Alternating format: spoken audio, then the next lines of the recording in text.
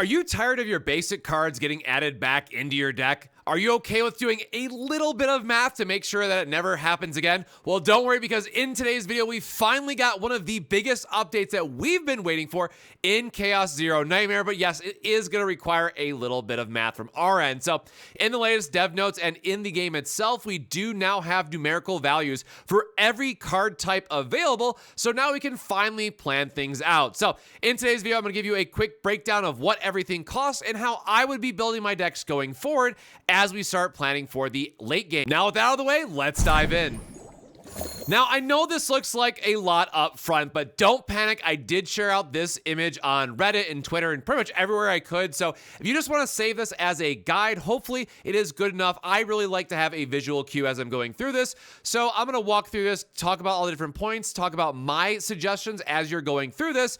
And again, we will have a Veronica deck to go through. And don't worry about this because I will have the full image up as I said, but I did want to at least include a sample deck so you can see how the point breakdown works. So starting on the far left side, I do want to talk about how we have just a breakdown for the seasonal chaos. Of course, if you go into the zero system, you're also going to see the tiered numbered items. But the important thing to note here is that your point cap is going to start as low as 30 and go all the way up to, as of the time of this recording, 170. I personally was able to confirm the tier 14 on stream earlier this morning. I did see someone upload an image to Reddit that had a tier 15, meaning that 170 is the cap that they're able to obtain. But at least for today's video, we're just going to talk about the point breakdown, and then I will be using the tier 14 example, which is going to be 160 points, just to bring it all together and showcase what an actual deck might look like as you're going through it. So breaking these down one by one, a neutral card without an epiphany is going to be 20 points, where if you have an epiphany on it, it's going to add 10. Now, this is really important to note because as we're going through these runs, there are going to be a lot of times where the epiphanies are just not good. And if I have a choice between what is effectively going to be an extra neutral or two epiphanies, I will always go with a extra, in this case, precision aim, just using my Veronica as the builder here. I will always take the extra card, right? Getting the extra filter for a zero is going to be so important, where if it has some modifier we don't care about, getting the extra card in general is going to be a little bit better. That's going to be a little bit too in the weeds for the sake of this video. Of course, that's going to be a character by character basis, right? Some are going to want the resolve or fortitude if it's like a tankier boss. Sometimes you're going to want vulnerable if you have like a hard hitter like Haru, for example. So there will be some give and take there, but just keep in mind that there is going to be a 10-point tax every time you take an epiphany on one of your neutral cards. And again, you always do have the option to decline, so you can skip them, but at least for what we have here, it will be a 10-point increase. Now, I do have Forbidden here as well. I have not gone into this a lot yet personally, so I don't know if these are truly going to be worth it or not for the point value to consider, but they are 20 points, so they're relatively low, and the effects have been pretty good. So I imagine once I get into the seasonal content and I really dig into and figure out what's good or not, most likely, if Forbidden and neutrals are the same point value, there will likely be some Forbidden that will just be better than the neutral that I had. So I will want to plan a run that at least gets me one Forbidden if I am lucky to find it. Now, the biggest elephant in the room, of course, is going to be monster points at 80 total that you need to save for it. And it is just unfortunate that as we're talking about tier 14, which again is basically endgame, half of your points are going to go towards a monster card, and that is before you even consider a divine epiphany on it, right? Which is then going to add 20.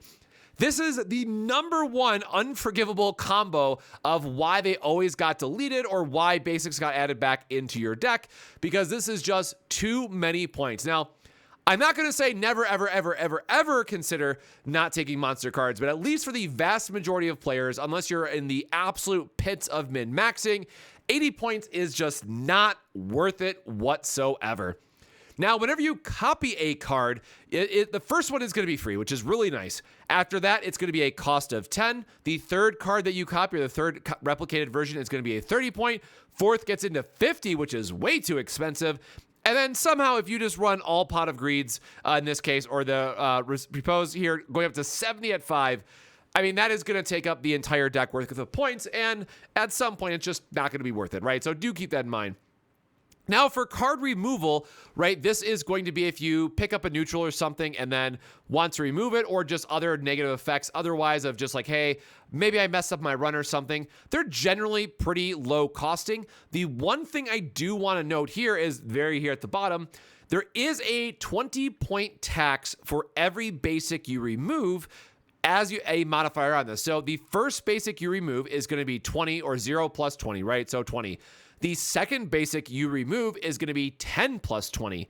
The third basic, and last basic in this case, that you're going to remove is going to be 30 plus 20. So just off those alone, you're going to very quickly realize that all basics removed is going to be 100 points, which is more than a monster. So if you've been trying to make the no basics decks, it makes a lot of sense why it just wasn't possible if you got too greedy with your builds. Notably, divine cards, whenever you add them on, just slap an extra 20 points onto whatever that card is. If you get a divine monster, it's now 100 points. If you get a divine neutral, it's now going to be 40 points. It is just a flat plus 20 to consider. Now, the most interesting one, and this took a little bit of confirming to track down and make sure it worked, but after multiple people, we were able to figure it out. If you convert a basic into one of the random neutrals you can have, right? Rarity does not matter. It's only 10 points.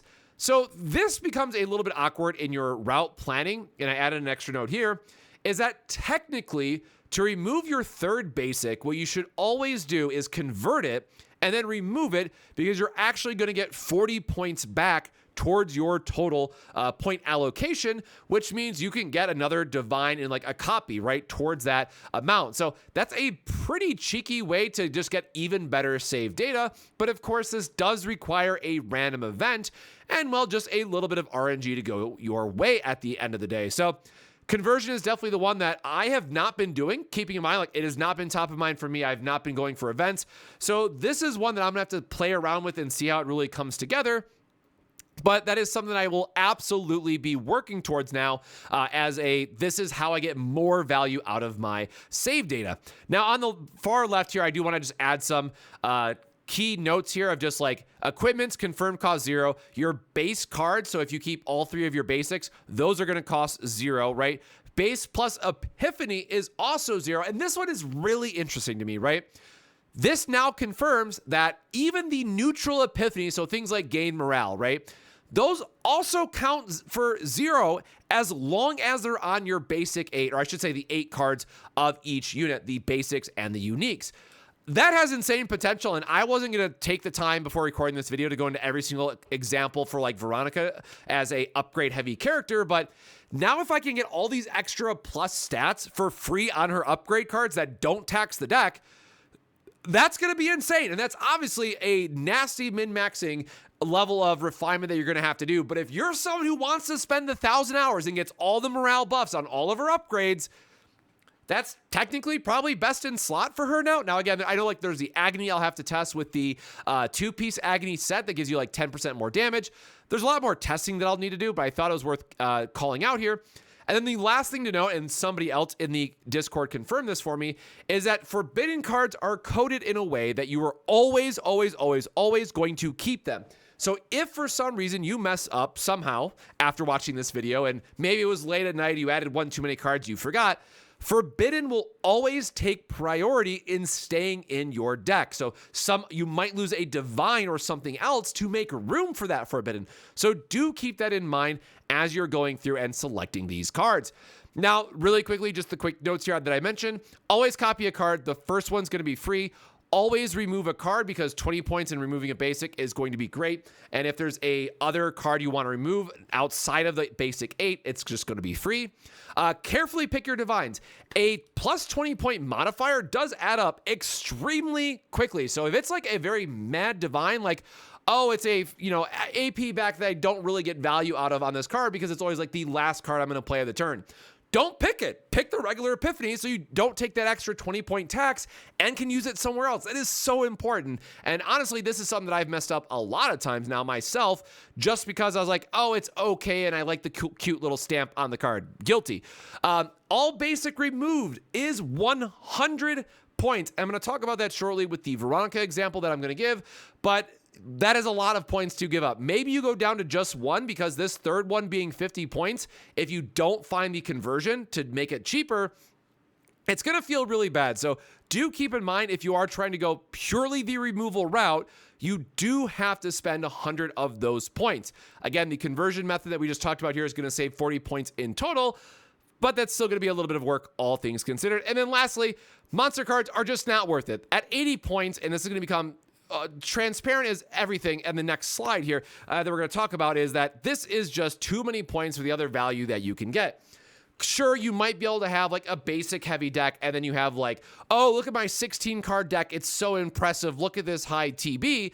But you have a monster card, and everyone who knows this now is going to be like, yeah, remove that bad card, obviously. So this brings me to the last thing that I want to talk about really quickly, is just giving you two examples. And again, this is going to be difficulty 8 Nightmare for 160 points. And again, I was using one of my own save files for this because back before we knew, I had Dominion, and it's a pretty fun card. Getting a stacking morale seems like it would be good. However, the way that the content in this game is designed, it's not even worth 20 points, honestly, because the game is so fast. Like, this is just an awful. I would not play this if it had 20, right? So keep in mind, on paper, these two decks should have very similar TB, assuming that the gear is the same and everything else, right? These should both have a very similar TB score. However, if you ask any Veronica player under the sun, between these two, which deck is not even F tier, like below F tier, delete it, right? And which is like, oh, this is actually a good save file. Yeah, it's going to be the one on the right. And that's why I noted here of the maximum greed of I removed all my cards the most expensive way. So that's why Rapid Fire has 100 on it. That is removed in this case. I can have 4 Pot of Greeds and a Reorganize that doesn't have an Epiphany on it for the same cost, right, of having this Dominion monster card here, right? Because this is going to be 40. Here, this is going to be 60. So technically, we even have an extra 20 on top of that. So that just goes to show how crazy it is value-wise that you can get is if you know that the most important card for Veronica in this case is just copying the free draw. Yeah, I'm gonna give up this other stuff. And this Divine that I have, apply 1 weekend to all enemies. No, sorry, it's not worth the 20. I would rather have the extra draw 2 in my deck, especially with Yuki now being the key talking point for a lot of people, right? I need more card draw. I need more ways to find those attacks and stack that inspiration. So for me, I want to give at least one quick side-by-side example. And again, I'm in Nightmare 8, so that's just why I use this example in particular. But hopefully by now, after explaining all of the points so far and giving a side-by-side example, this should be a night and day comparison between a deck that is going to feel terrible, even though it has a high score, and everyone's going to be like, oh my God, look at all those cards you got. It's not good, but if you have this one on the right, you know, it's going to be peak. You're going to always find your damage on the turns that you want. You're always going to be cycling through your deck. Veronica is going to be doing 1 billion damage because you're always cycling your skill cards. It's peak, right? This is what you want to be looking for. Now, again, if you get the Rapid Fire and you do it the other way where you save 40 points, right, then we can squeeze in 2 Divines if we really want to. But of course, that is where we go back to the conversation round. It's time to do math, my friends, whether you like it or not. Now, again, I do hope in the future that we will see this get updated. We do know the December 3rd update is going to have more on this topic. So something in-game that would just have these numerical values would certainly be very well appreciated. But for me personally, this is good enough. I love this update and fixes everything that I had with an issue from the game from the save data perspective. So I can play, I can have fun, and I can go make the perfect decks for all my combatants. But let me know your thoughts down below. Are you excited for the save update? Are you finally getting the pieces and making those ultimate decks for your favorite combatants? Let me know who you are currently building or farming for. And of course, if you want to see more Chaos Zero Nightmare content, don't forget to like and subscribe, as it does help out the channel a ton. But until next time, my friends, stay safe, stay hydrated, and we'll see you in the next video. Cheers.